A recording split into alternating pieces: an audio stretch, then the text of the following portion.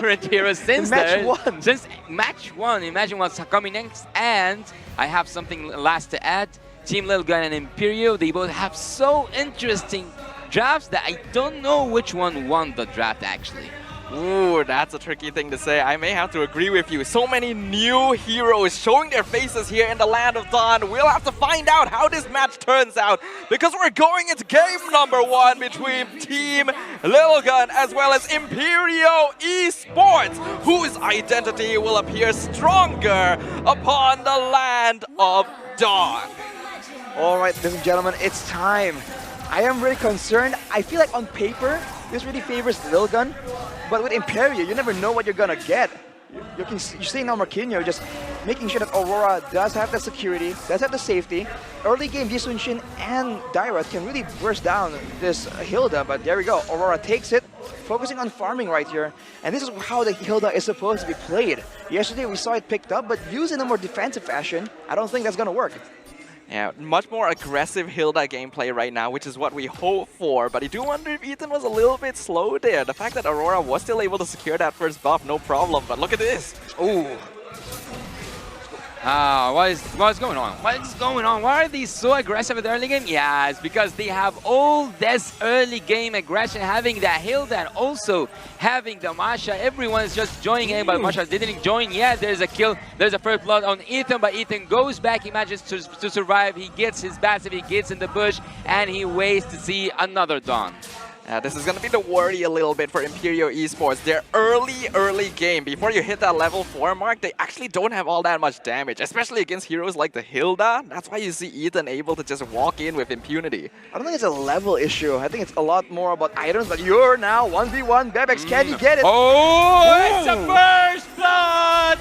It is a first blood with the electrifying beats. He goes in, he gets what he wants, and the first kill is, and the first blood is drawn by Team Lilgun. A very nice play right there. Good focus onto the gold lane. We already talked about the Yur and Bebex matchup here, and the team seem to be respecting that.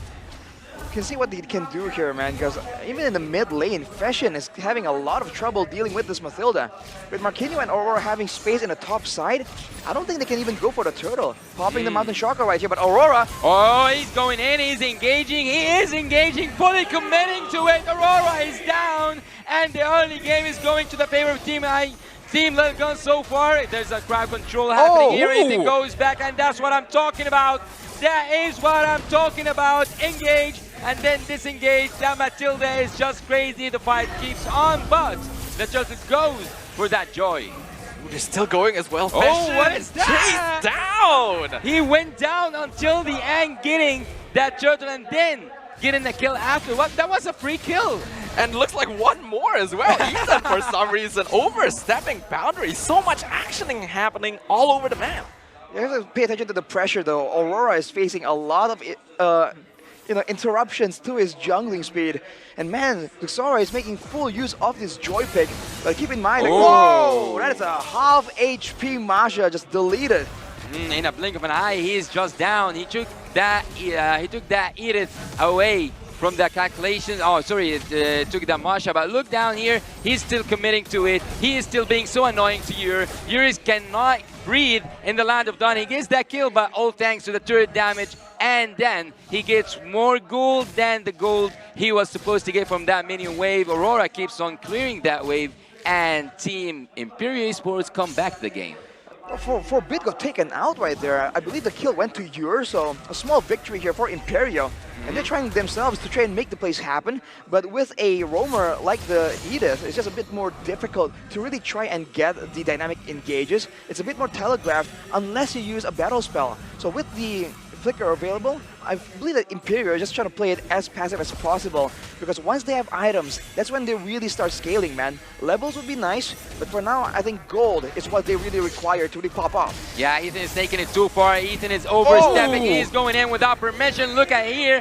There's some damage happening, and with the electrifying beast, will he survive or not? Let's see together, but It seems that he got that kill with the killing spree and he is still alive. Aurora is dying and in the backline he's getting snagged off. Look at Marquinhos, he's getting that kill even by committing that flicker. He still goes down. Ethan with the triple kill. Ethan is out. 1, 2, 3 kills go to Team Imperio. Marquinhos, he's on fire. Wow, we got to see a lot of gameplay from Aurora and Yuri yesterday. Marquinhos now wanting to make his mark upon the land of Dawn. 5-0 on the Dirov. This is actually a problem for Lilgun. I don't know what the heck happened, man. Lilgun, on paper, were aggressing. They were the ones with control. But they just lost 3 to Marquinhos. And this is a 5-0 diver, dude. You gotta watch out for this. We saw that earlier. Even with minimal kills, he's able to just delete Aizen on Zimasha. If this goes on, that's a big problem. Because for the most part, right, that's gonna be the main problem. The diver just doing the physical damage. Yeah, Dirov as a hero is actually really scary when up against these tanky opponents that don't actually have all that much burst. So Marquinhos can just go on in, keep the fight extended and constantly lower armor. You have to remember, this actually benefits Aurora and Yur as well. The extra physical damage coming in from the Yisanshin and Bruno could be scary. It is scary, but Ethan is like getting under nerves. He's trying so much to irritate Aurora. On the other side, Steve, I think he's trying to actually engage as much as possible, but he's not allowed to. And look at Yur! Where is Yur? Where is Yur? Yur is down! Yur is down and Bibix is also down, so a 1v1 or a 1-2-1 trade happening at the bot lane. Both gold laners are out and it is equal once again. We already know that Team Lilgun is honestly very aggressive. They're almost willing to trade heroes, even players as important as their marksmen, to try and get kills. But I wonder if they may be overstepping their boundaries here. Oh, Aurora? Hey, maybe he is overstepping so far, and there's that Surgeon Eagle, Matilda E. He's going in, he is going in, Aurora is down and Aurora is already down. Stevie cannot stand that damage and forbids Ethan from dying. So far, that electrifying beats is so scary. He's still committing. Masha is taking the turret damage and he's dealing with the rest. He is dealing with the rest. And we can see that the Bower of Wildness takes that last kill. Hilda takes a kill for the favor of Team Lilgun.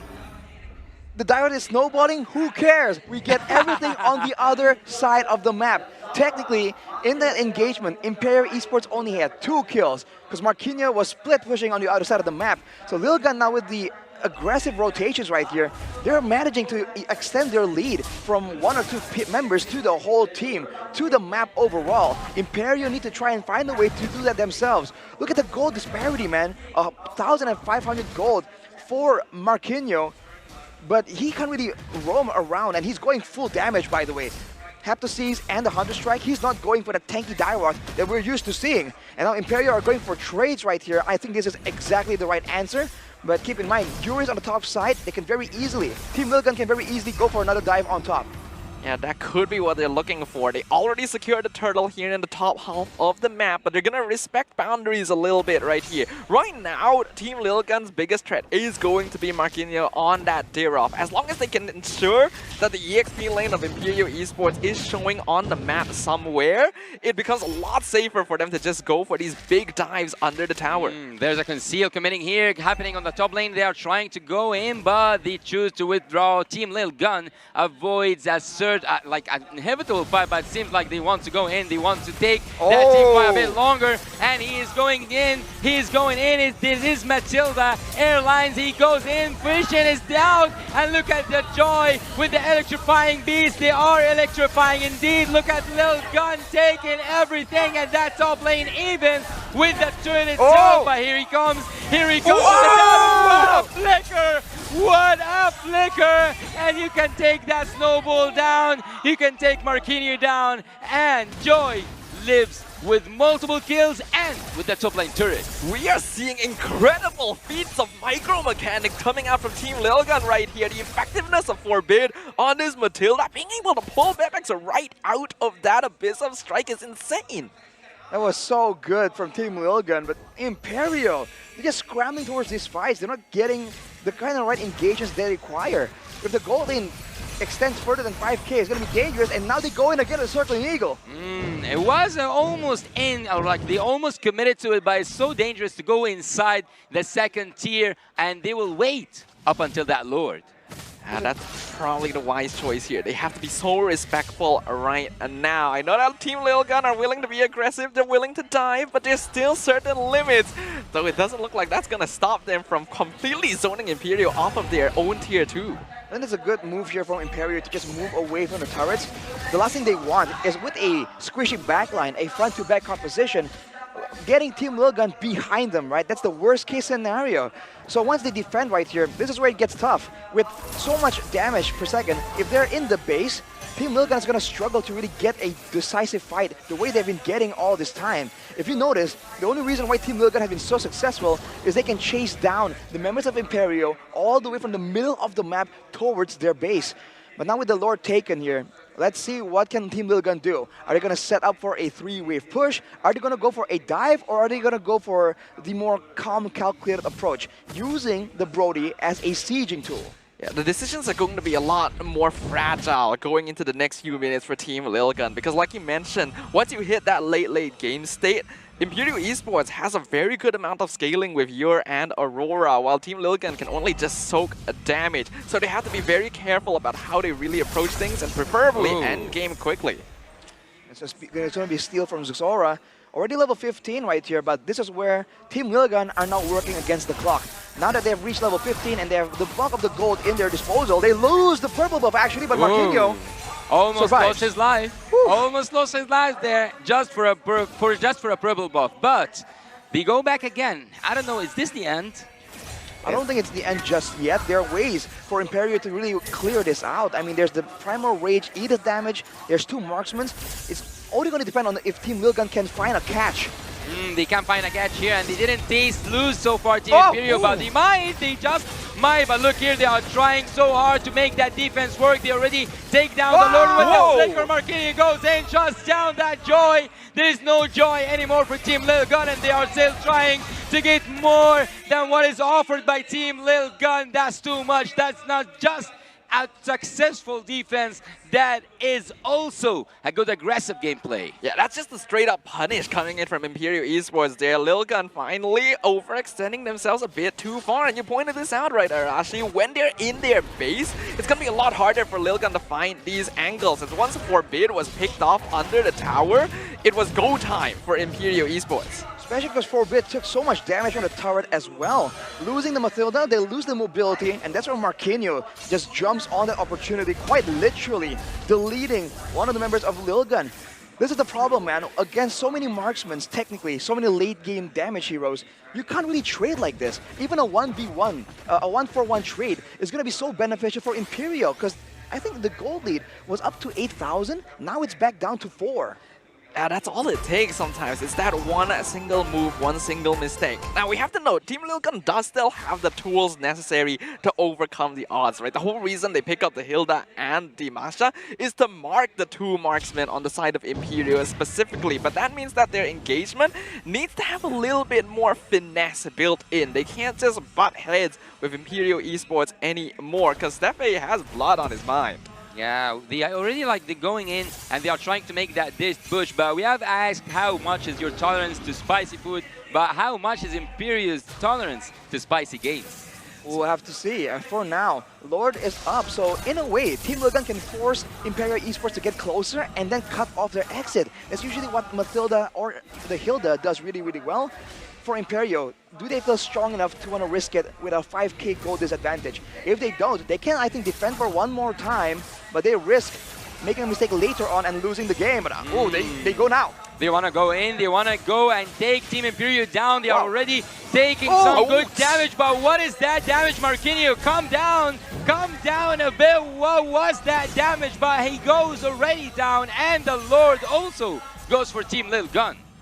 Okay, a nice secure there for Team Lilgun, and it's very smart of them to just dive into Marquinhos there. They realize that he's positioning very far ahead compared to his teammates, and if he's gone, that's basically their main threat for diving the rest of Imperio eSports. With the Lord in their pocket now, though, we're going to see whether or not they can break through the defense of their opponents. I think against a comp like this with a lot of damage but not a lot of wave clear, you have to play with the waves, man. If you're looking how they're doing it right now, though, they're clearing the top side and the bottom side without pushing the mid lane. And the mid lane moves faster, to be fair. I think they're setting up for a proper push, but might be only in the bottom and mid side. Now this is where Imperio gets confused here. Where do they send their resources? But they seem to be able to clear fast with the defense shred from the direct. Well, there's a Mountain Shocker there, and also he reveals on the map, but there's no necessity for that map revealing because everyone has shown up already, but there has been a line that was drawn by Team Imperio, and they successfully managed that defense. Okay, that's good respect from Team Lilgun there. Go for the one inhibitor with the Lord. They know that, again, without the angles necessary to dive the backline, this could be a dangerous dive. Oh! It is a dangerous dive. Look at Joy once again making Primus use his ultimate, but then they already get their ultimate. Look at the Wrath, look at the Chaos, look at Team Imperio pulling up another successful defense, but the torn apart memory tears apart the bodies of Team Imperio eSports. But look here, do not mess me, you did mess me, and you did miss that damage. Look at that item switch, but nothing can save you. Nothing can save the inhabitable. Team Lilgun is wiped out. Ooh, this is literally what we were talking about, right? It's too dangerous to dive Imperio eSports in their own base. You want to be able to pick off the backline DPSs first. You can't fight like that, man. In the beginning, it looked so good because they have all these spells to work with. The moment they ran out of ultimates and the backlines are still fresh and healthy, you saw the damage output coming in from the Bruno and the Yi Sun-shin. Fortunately for Team Lilgun, they're able to get a trade right there, but look at the goal difference. Man, it's only 2K right here. This is the momentum swing that Imperio have been waiting for, but the same conditions still stand. Imperio have to find a way to get a proper front to back, and Team Lilgun can play around with the map even more. But with the goal difference equalizing, it's getting more and more difficult for Team Lilgun to do so. And especially considering that Imperio is going for very aggressive builds here. I just saw the Blade of Despair completed for not just Aurora, but Marquinhos as well on the Dirok. So he's actually going for DPS. He understands that Lilgun is mostly damage sponges. If they can break through the front line, it becomes a lot easier for them to take the rest of the fight. Well, they can actually go and take the rest of the fight, but I think this is a death bush, right? It's possible if it works. Asian! It is possible indeed, and now he crosses the line once again, but Forbid again once over and over again saves his team members, but there's a conceal there by the Edith, there's a conceal by Team Imperio. Will they commit to anything? They just commit that Lord. They want to take it so fast. Yeah, but the Joy can come in, but there's the fire mistakes that Lord with the last hit, and there's chaos happening in the Land of Dawn. The Land of Dawn is witnessing a massacre happening between two great teams. Lilgun is down. Imperio is now doing a revolutionary, doing really great double kill, and then Marquinhos comes to take everything down. Everything now crumbles on the hands of Team Lilgun. Guess who's in the house? Team Imperio is in the house. Massive mistakes made by Team Lilgun. They panicked. They saw the Lord being rushed down and they made their move way too quickly. Imperio eSports were quick to snatch up on the opportunity.